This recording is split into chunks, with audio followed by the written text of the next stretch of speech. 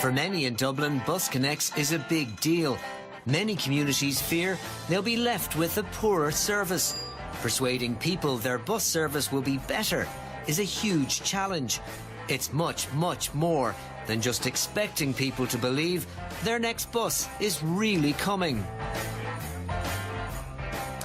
Robert Short reporting. I'm joined now in the studio by Fianna Fáil spokesperson on housing, planning and local government, Dara O'Brien, and from Portland, Oregon, by Jared Walker, the transportation consultant who redesigned the network for the BusConnects project.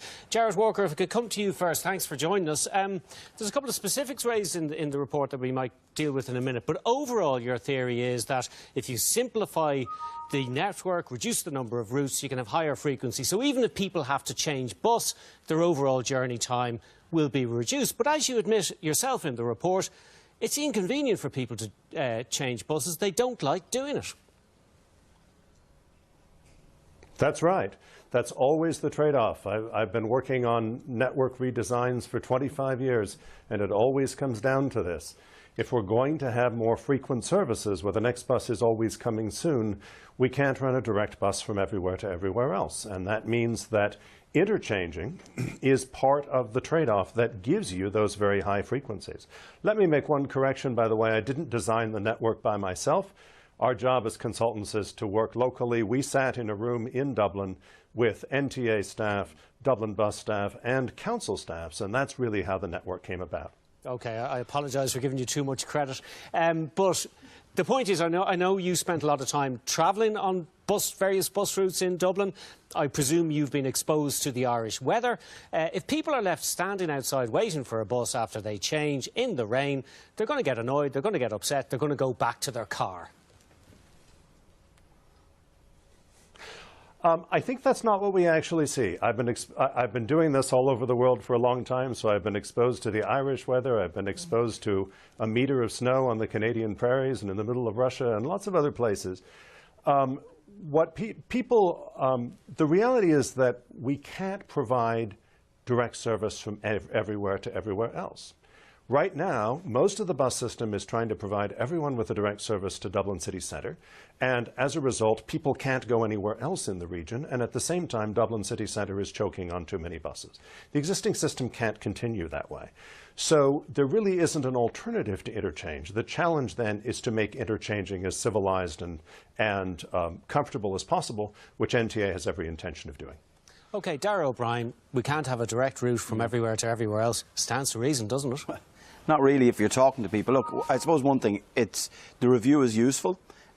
No one is averse to change. We're not against change. I've read the report in detail. I've hosted, along with my colleagues all across Dublin, I've personally hosted 5 meetings. We've never seen an engagement like it. People care about their bus service. It's a quality of life issue. It's how they get to work. It's how they get to school. It's how they get to hospitals. But there's glaring omissions from this. And we are in a public consultation process. And what I'm asking the NTA to do, and government indeed, because this is supported, as a Government of Ireland initiative, is that people's views are taken on board, because there's genuine concerns. If you take even the piece of infrastructure, the Port Tunnel, which many people in North Dublin will know, very successful bus routes running through there, very, very popular, quick and into the city. Most of them are removed from what's called the peripheral towns, and peripheral being growth towns like in North Dublin that I represent, like Malahide, Rush, Lusk, those type of areas that there's new people moving into those areas. So what you're asking them to do is to change buses. You're also asking them to trust the fact that the infrastructure that's required to run this BusConnects plan would actually be put in place. The physical infrastructure, the changes to the roads that are needed, all of those things. OK, but overall, the greater good is surely the primary aim. Some people may be inconvenienced, and that's unfortunate, but it's not the end of the world. I think you'll find, I've talked to colleagues all over Dublin, of all parties I might add as well, and in the greater Dublin area, there have been meetings happening. If it was for the greater good, and I respect certainly the work that's been done, it's a very detailed report as well. There's many things are good in theory. It's practice. It's about how it would be implemented in Dublin, in the greater Dublin area. And that is the biggest concern, because people, yes, direct routes, getting into the city, what public transport should be about is making it easier to use public transport, easier to get into the city and to get to work. And a lot of this plan is predicated on pushing people onto the train lines on the East Coast. And people will know that our train lines, both Dart and Mainline, are absolutely at capacity. But what is welcome is the €1.2 billion worth of investment that will come, because investment has been sorely lacking in public transport over the last number of years. Jared Walker, maybe deal with a couple of those points, because you were given certain assumptions to work on when you were drawing up the plan by the National Transportation Agency. For instance, that rail frequencies will increase as promised, that more bus lanes will actually be built, that proper shelters and information will be supplied. If that doesn't happen, if that investment isn't made on time, can your plan work?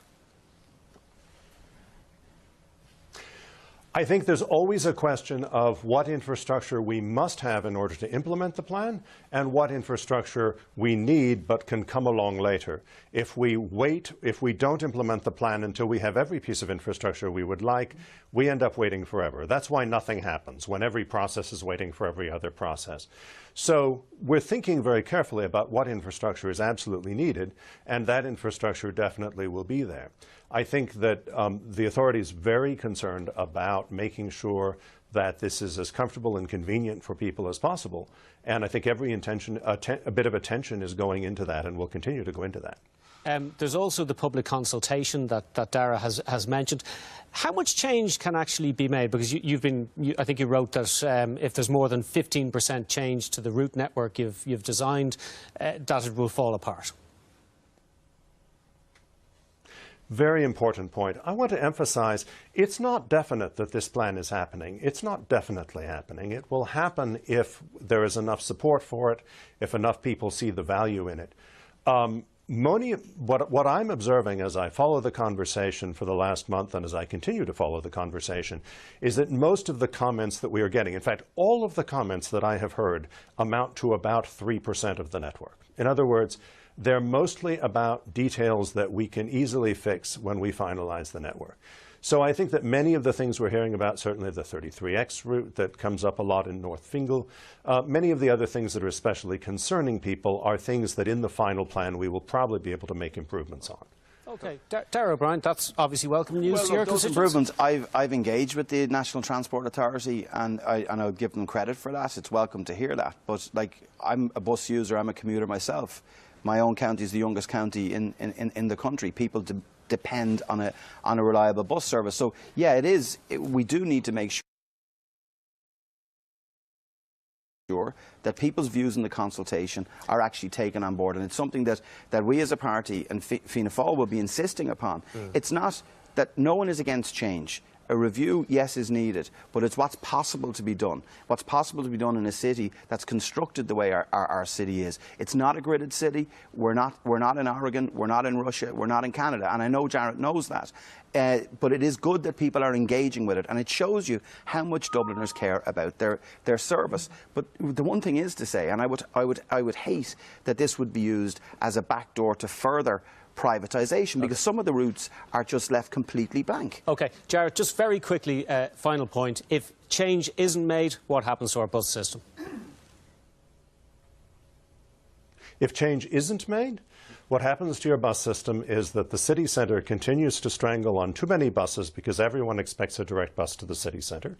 As a result, the buses can't come as often as they need to, so people can't get places, so they keep driving their cars. This plan, for the average Dubliner, this plan gets you 20% further in 30 minutes. Just remember that number. On average, across all of Dublin, the average Dubliner can go 20% further in 30 minutes. That's why this will get more people onto public transport. And there's no way for Dublin to function if we don't do that. OK, a very final question to you, Dara O'Brien, and on a completely other topic. All right, OK. Well, I would contest what Dara just said there, but that's important. We're running out of time.